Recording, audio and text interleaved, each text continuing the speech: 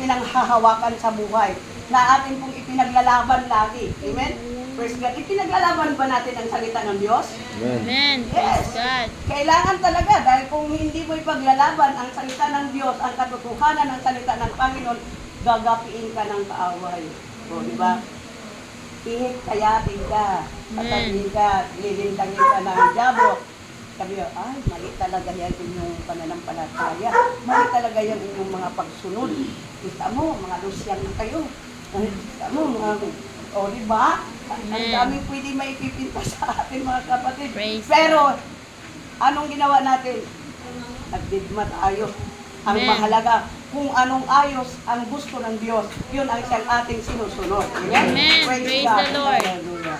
Kaya kailangan po natin ipamahagi, ipahayag, at sabihin natin sa ating mga kaibigan, sa ating mga kakilala, at sa ating mga mahal sa buhay, na hindi pa po nakakasumpong ng kaligtasan. Diba? Yung hindi pa nila kilala ng lubusan ang ating Panginoon. Kasi maraming nagsasabi na, bakit ikaw lang bang may Panginoon? May Panginoon din kami. Pero, ang katotohanan, wala sa kanila. Hindi nila nakikilala ng lubusan ang Panginoon na kanilang pinaglilingkuran. O diba? Pero tayo, kilala natin ang ating Diyos. Siya ay Diyos makapangyarihan sa lahat at walang nalilingid sa Kanya. Amen? Lahat ni ang bilang ng ating buhok ay kayang bilangin ng ating Panginoon. Praise Ilang God. puro mayroon tayo dito, pero alam ng Diyos ang bilang ng ating mga buhok. Amen? Praise God. Ganon ka makapangyarihan yung ating Diyos. Amen? Lord. Praise Praise God. God. Kaya sabi niya nga, kahit na ang bilang ng mga buhanginan doon sa dalampasigan ay kayang bilangin niya ng ating Panginoon. Dahil siya ang may likha noon. Amen? Amen. Praise God. Dahil sa kanyang kapangyarihan ay kaya niyang gawin ang lahat ng bagay. Amen. Praise God. Kaya lamang lang tayo sa kanila yung mga tumatawag ng Panginoon, Panginoon. Amen. Pero anong sagot ng Panginoon? Lumayo kayo sa akin, hindi ko kayo nakikilala. Dahil ang kilala lang ng Diyos, yung sumusunod, sumasampalataya, at nagtitiwala ng lubos sa ating Panginoon. Nakikita sa Amen. ating pamumuhay ang kalwalhatian ng ating Diyos. Diba? Praise God. Yun ang kilala ng Diyos. Amen. Baptized in Jesus' name. O, diba? Praise God. Kaya nga sinabi ng Acts 20,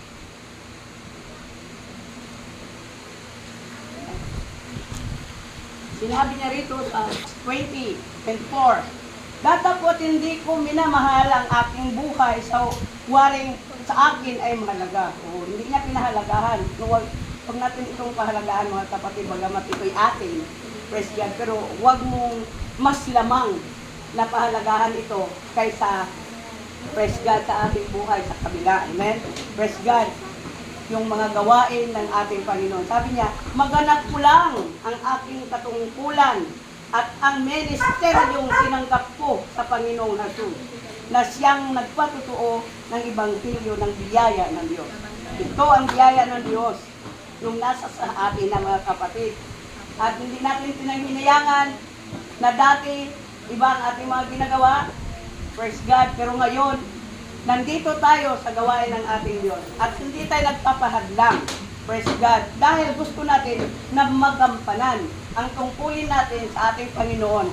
Lalo sigit sa ministry na Kanya pong ipinagpatiwalag sa iyo, ay gawin po natin ito, mga kapatid. Hallelujah.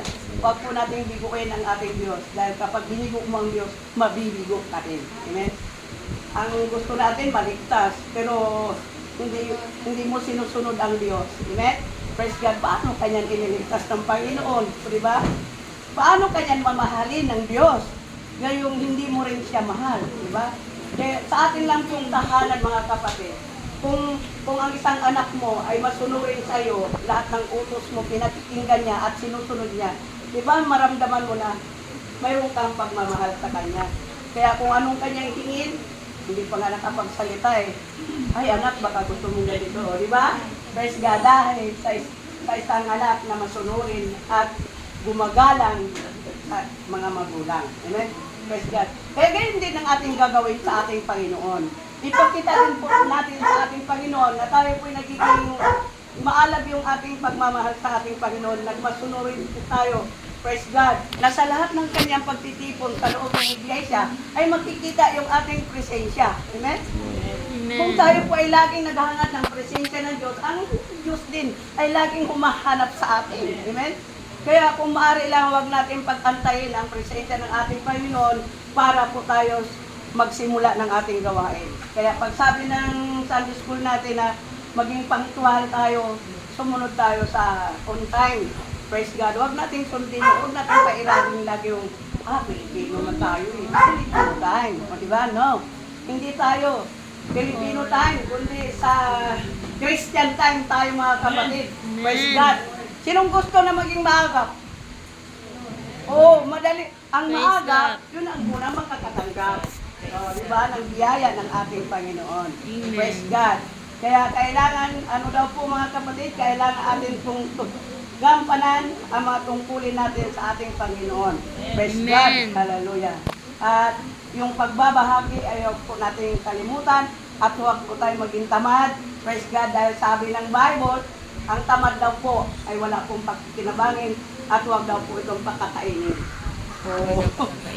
Sinong gustong kumain ng masarap na biyaya ng Diyos?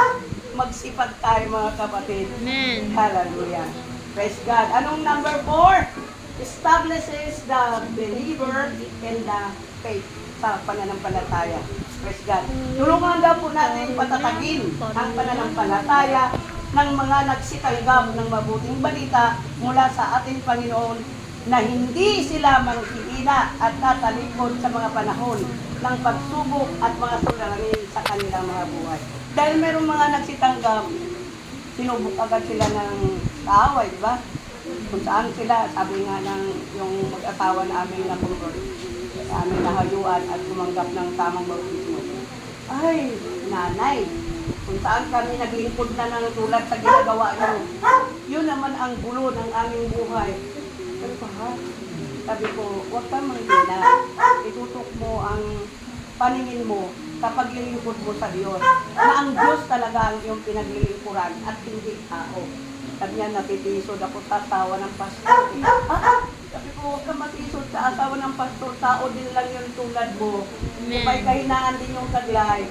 Kaya huwag kang tumingin sa kapwa-tao mo.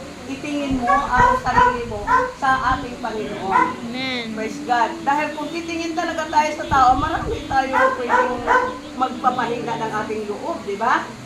Sa isang salita na lang, kung minsan nga hindi ka lang mapansin eh, nagtatampo ka na. So, Amen. hindi mo lang ako pinapansin, hindi mo lang ako binabati, nagsimba naman ako, di ba?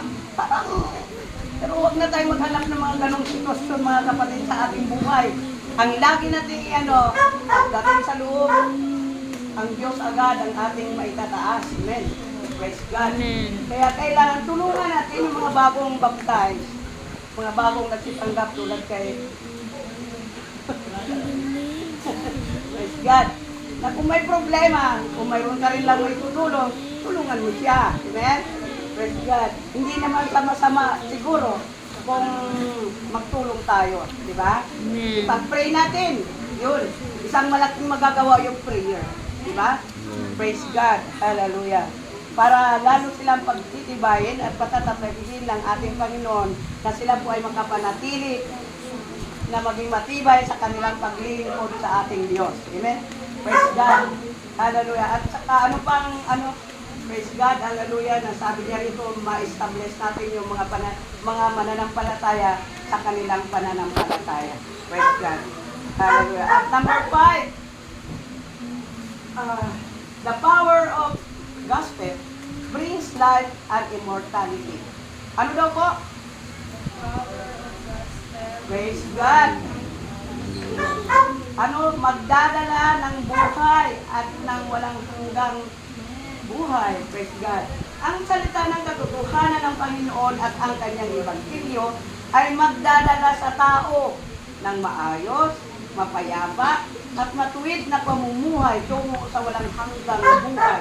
Ngayon sa ipinangako ng ating Diyos, na kung sino man ang susunod at gagawa nito at magsisampalataya, praise God, hallelujah, ay magkakamit talaga, praise God, ng kaligtasan. Biyaya na mula sa ating Diyos. isang dahil ang mga anak ko nakakakilala sa Panginoon. Praise God, na kung anong pag-ibig ng Diyos sa kanila ay ganun din ang kanilang pinarama sa kanilang mga magulang. Praise God. Kaya sabi ko, hindi ako nagsisi na dumating sa akin yung Word of God. Pagamat napakatigas ang puso ko noon. Pero, pinagsisihan ko na, Lord, sana noon pa man lumambot na kagad ang puso ko eh. Na hindi na naghirap yung pastor. Di ba? Amen. Kasi nga, bago pa kasi natin maalala na mabuti pala ang plano ng Diyos sa buhay natin. Amen? Amen. Praise God. Kaya sabi niya rito, nang dahil sa ating Panginoong Jesucristo, sa Kanya at sa Kanyang mga salita, ito po yung nag-alis ng kamatayang walang hanggan ng tao. Diba? At ito yung magdadala sa tao doon sa liwanag at pag-asa ng buhay. Praise God, yung salita ng ating Panginoon. Praise God, dahil ang salita ng Diyos, buhay ng tao. Praise God, dahil kung wala ang salita ng Diyos, alam ko, marami ang mapariwara. Diba? Amen. Praise God, hallelujah. Kaya nga sabi na, kung wala ang salita ng ating Panginoon, hindi tayo magiging ganito. Amen? Praise God. Baka nandun pa rin tayo sa dati nating mga barkada. Praise God. Sa dating nating mga ginagawa. Praise God. Nandun yung misa, may baraha, may ano. Praise God. O, di ba? Pero, binago tayo ng Diyos. Dahil may plano ang Diyos sa bawat isa sa atin. Na bigyan niya tayo ng biyaya ng kanyang kaligtasan. Kung tayo po'y maglilingkod ng lubusan sa ating Panginoon. Thank you, Lord. Kaya kailangan natin ang ating Panginoon. Dahil kung wala ang Diyos, kawawa ang ating buhay. Amen. Ano daw po? Yung power ng gospel brings peace and glad tidings in life. Oh, yun. Ang sarap, di ba? Dahil sa salita ng ating Panginoon, ito tayo, mapayapa. Kahit na may problema, Amen. mapayapa pa rin ang ating loob, di ba? Pag sa tahanan natin magulo, magsimba ka, payapa ang iyong buhay. Amen. Amen. Wala kang alalahanin pagkapiling mo lagi ang ating Panginoon. Amen. Praise God. Hallelujah. Kaya masarap mga kapatid yung maglingkod sa ating Panginoon. Praise God. Ang word of truth of God will bring us unlimited peace. O, diba? Pinananatili ang maganda nating buhay. Praise God. Kahit na matanda ka na, at least maganda pa rin ang buhay mo sa piling ng ating Panginoon. Amen? Masaya ka pa rin na maglilingkod sa Diyos dahil binigyan ka ng Diyos ng kalusugan mo, karagdagang buhay, hininga, at hindi ka niya pinagkulang higit sa lahat ng ating mga pangangailangan. Amen? Amen. Payapa ang buhay ng taong naglilingkod sa Diyos. Amen? Praise God. O di ba, napansin natin yan, na iba yung ating mga aura kapag nandito tayo sa loob talaga na naglilingkod tayo sa ating Diyos. Kaysa nasa Amen. labas tayo, puro problema. Amen? Pero pag nandito ka, walang problema. Praise Kaya God. huwag mo nang, paglabas mo, huwag mo nang alalahanin yung problema. Dahil gagawa ka ng paraan ang Diyos na malutas ang mga problema. Amen? Amen. Praise God. Kailangan po natin kumilos na gumawa at ipahayag ang mabuting balita ng kaligtasan sa pamagitan ng katotohanan ng salita ng ating Panginoon na atin pong tinanggap mula sa ating Panginoon nung unang atin pong napagbubulay-bulayan at napagninilay-nilayan ang kabutihan ng ating Panginoon sa buhay natin. Di ba? Kaya nga, nung tinanggap na natin ito, na atin pong sinampalatayanan, kung hindi natin ano ba yung pinag-differentiate yung buhay natin noon at ngayon? Di ba? Hindi natin ay, napakaganda na ng buhay ko ngayon, o di ba? Kahit wala akong hanap buhay at less nabubuhay ako. Bakit? Dahil may Diyos na nagbibigay sa atin ng ating pangangailangan. Amen. Our God is a great provider, o di ba? Amen. Kaya sabi ko, ibig sabihin, sabi ni Pastor, 20 years ang lumipas bago nagkaroon ng katuparan ng kanyang pangarap na motor na ano sabi ko, ang ibig sabihin ba, 3 years na akong nangangarap na magkaroon ng lupi at bahay. Sabi ko, magkaroon din siguro ako. Praise Kaya God. kanina mga kapatid, pilit sila na, tingnan natin yung nung, ay oo, maganda. Diba? Sabi ko, Lord, kailan mo ito ipagkalog sa akin? Praise Amen. God. Kaya inaasam-asam ko rin ang nangyari kay Pastor, sana mangyari din sa akin. Amen? Amen. Praise God. Dahil ganun ang Diyos di ba? kung ano ang desire ng puso mo, ibibigay niya yan sa'yo. Amen. Hindi naman masama Praise yung ating God. mga desire sa puso, di ba? Gusto lang natin ang Panginoon. Laging mayroon tayong pag-asa, di ba? May mga panahon na nawawalan tayo ng pag-asa, di ba? Praise God. Katulad ko yung nasiraan yung aming sasakyan. Sabi ko, ako hindi nawala ng pag-asa. Sabi ko, Panginoon, alam ko naman na nakita mo ang kalagayan namin ngayon. Praise God. Pinara ko yung NDRRMO. Hindi. Sabi ko, baka ito may tools ito. Kita lang natin ni Brad Mike kasi baka maluwag na yung battery. So, oo nga, umiikot ng ganun. Sabi ko, ay. Sabi niya, pero hindi naman nag-spark. Yung pula naman. So, pinara ko na yung NDRR muna sasakyan. Truck. Ay, sabi niya, anong gawin ko dyan? Sabi ko, ay ano naman kaya sa isip mo kung anong may tutulong mo? Sabi niya, dapat may tools kayo. Ikaw ang pinara ko eh. Baka may tools kayo. Sabi niya, ay wala kaming tools. Sabi ko, hala, pareho lang pala tayo. Sabi ko, sige Brad, maraming salamat. Sabi niya, paano yan? Hilain na lang natin. Sabi ko, huwag na lang siguro, dahil walang driver dito, kung saan dito mapunta. Dahil walang driver kahit nagpunta ng Kabuago. Yes, God, kaya sabi ko, wala kaming mga cellphone dahil wala mga load. Si Judith walang load. Ako walang load. May cellphone, walang load. Walang patinabang. Dapat tapon na lang natin itong cellphone. Sabi naman yung engine, Mama, huwag. Eh, laruan ko na lang. Kaya ganun mga kapatid, huwag tayo matulad sa cellphone. Kapag walang load, hindi tayo ma-pull ng mapuspos ng banal na Espiritu ng Diyos. Wala pa kinabang yung buhay natin. Amen? Amen. Katulad ng cellphone, pag walang charge, walang pakinabang, tapon mo na lang kaya.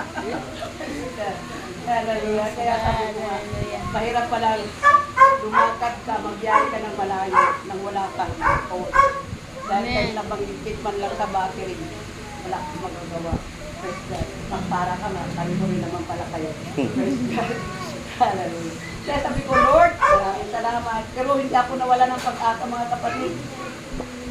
Sabi ko, magbili kayo ng bagong battery. Ay, ang nabili pa, dry seal na para sa solar. Maliit lang yun. Ano yun? Tapos, naitakbong man namin, pero hanggang Kalatigas lang. Nagkirik na naman ulit, pero God is good. Alam niyo kung bakit? Doon kami itinigil ng Diyos sa may bahay na maraming ilaw. Kung doon kami itinigil sa madilim, yun ang delikado. Dahil Amen. alam mo naman ng Kalatigas, may maraming relative. Praise God. Kaya sabi ko, Lord, talaga napakabuti mo. Doon kami naitigil. Praise God. At ang nakamaganda pa, yung may bahay pala, pastor. Kaya nagmabubuti siyang loob sa amin. Sabi ko, Brad, baka mayroon po kayong tubig. Kanina pa po kami uhaw na uhaw. Ano'y, naglabas siya ng isang container. Wala, lagyan natin yung ating mga sisiglan. Praise God, parang naalala ko yung routine worship. Sabi ko, lagyan na natin kaagad. Dahil baka kukunin niya na at wala tayong tubig dito. Grabe yung sinit kasi masyado mga kapatid. Sa totoo lang, ang mga bata, umiiyaw sa upaw. Kaya sabi ko, ganun mga kapatid, pagdating ng huling araw. Praise God. Pagbabalik ng Diyos. Yan. Kung anong kaukawan at kagutuman ng ating mararanasan, mas doon. Kung hindi ka makakasama sa isang kisap mata na pagbabalik ng Diyos, hallelujah, anong magagawa natin kung isa ka na maiiwan. Kaya maglingkod na tayo ng totoo sa ating Panginoon. Amen. Praise God. Kung gusto natin sa isang kisap mata ay isa tayo sa mapalad na kukunin ng Diyos, magpakatotoo na tayo sa ating paglilingkod sa ating Panginoon. Hallelujah. Huwag na tayo magpatutupi pa dahil wala nang panahon para tayo po ay mag-backslide. Amen. Amen. Ano daw po? Praise, magsabi man tayo na ganun ang nasa ating sarili, pero hindi naman totoo. Alam niya ng Diyos, di ba? Kasi may tatago sa Diyos eh. Sabi nga, Amen. katulad ng anak ng isang pastor, nag-inom dyan sa may ano. Kaya useless lang. Kaya malungkot isipin, diba? Pastor ang tatay mo. Ang anak mo ay nagkariwala. So, ang magbuhay mo isang pastor. Meron din talaga na yung kasing independent ang pag-iisip, Yun ang siyang nagdadala sa ganung sitwasyon ng tao. Sabihin kasi na, bakit ako lang ba ang nagkaganito? O diba? Pag natin ituon yung ating mga sarili na maging maayos at matuwid sa paningin ng ating Diyos. Amen? Amen. Praise Praise God. God. Hallelujah. Dahil doon tayo makikinabang. Lahat ng ating mga ginagawa, ito ay hindi mawalang kabuluhan. Amen. Kundi ito ay pakikinabangin natin. Lalo tigit pag doon na tayo sa kabilang buhay, di ba? Amen. Pag nandun na tayo, hindi na natin pwedeng ibalik mo ako, Panginoon, dahil gusto kong gawin pa yung mga bagay na gusto mo. Di ba? Hindi na. Minsan lang kasi yung darating sa buhay ng tao yung isang mamatay. Kaya habang buhay pa tayo at may lakas pa tayo, maglingkod na tayo sa ating Panginoon. Amen? Amen. Praise Praise God. God. Panahon na natin ito na para ipakita natin yung totoo nating paglilingkod sa ating Diyos. Hindi ginuro yung naglilingkod sa ating Panginoon, di ba? May mga panahon na, ay, ayaw ko muna ngayon magsimba. Miyerkules lang naman yun. Ang Miyerkules, nandito pa rin ang presensya ng ating Amen. Panginoon. Kasi sabi niya, 2 o 3 na nagkakatipon sa aking pangalan, ako'y naroon sa gitna nila. Amen. Kaya, how much more tayo ngayon, ay marami tayo. Kaya asahan natin lagi na sa bawat pagtitipon ng mga anak ng Diyos sa loob ng iglesia, praise God, ay nariyan kasama natin lagi ang ating Panginoon. Praise Amen? the Lord. Praise God. Hallelujah. Kaya mapalad tayo mga kapatid dahil kasama natin lagi ang ating Panginoon. Amen. Sa oras ng karamdaman, tumawag ka sa Kanya, pagagalingin ka niya. Praise Sa oras, God. sa panahon na ikaw ay nahihikahos o nawawalan, praise God. Sa oras na yan, mga kapatid, pag once na tumawag ka sa Panginoon, nariyan ang tugon ng ating Diyos. Sa Amen. oras na ikaw ay madisgrasya, praise God, natumba na ang iyong sinasakyan. Amen. Pero pag tumawag ka sa Panginoon, magtataka ka na wala ni galos na nangyari sa buhay Praise mo. God. Bakit? Hallelujah. Naroon ang kaklulo ng ating Panginoon. Amen. Kaya sa lahat ng oras, ibig sabihin, kasama natin lagi ang Diyos. Amen? Amen. Karamay natin lagi ang ating Panginoon. Sa hirap at ginhawa, kailangan lagi nating alalahanin na ang Diyos ang siyang ating kasama.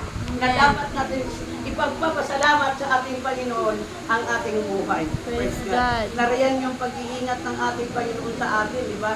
Kanina nga sabi ko, Lord, ikaw at mo sa akin ang yung divine protection. Protektahan mo ako, Panginoon, dahil gusto kong gampanan yung itinagda para sa akin na aking kampanan. Praise God. Dahil Amen. gusto ko na lagi kahit na ganito lang ako katanda. Pero sabi ko sa sarili ko, gusto ko pa rin na lagi akong gagamitin ng ating Panginoon. Praise the Gusto ko Lord. pa rin na, para bang excited ako lagi. Kaya sabi nga nila, hoy mama, Lunes pa lang, nag-study ka na. Kasi gusto ko na, kumbaga ang ating nag-aaralan ay matatag sa isip at sa puso ko. Amen. Praise God. Praise Para God. anytime na kung saan man ako patutungo, maalala ko yung salita ng ating Amen. Panginoon, di ba? Amen. Praise God. Sabi ko, Lord, talagang salamat. Dahil noon, gaano ako katigas, ngayon naman, ang ganito ako kalambot. Praise God. Amen. Na kahit Praise anong God. oras, praise God, lahat tayo, dapat mga kapatid, magsihanda tayo. Dahil kahit anong oras na tayo po'y tutupahan, kailangan po natin itong gampanan. Amen. Dahil ang nagbigay sa atin, pagkakataon na gano'n na tayo po'y kagamitin, ay ang ating Panginoon. Kaya Amen. mapalad tayo na tayo po'y ginagamit ng ating Panginoon sa Praise bagay, God. praise God, na talagang ipagpapasalamat natin sa Diyos. Ako nga natutuwa kay Brad Mikey. Dati sabi niya, hindi ko talaga linya itong mag-exhort. Di ba? Pero sabi ko, kaya mo yan, manalangin ka. O di ba?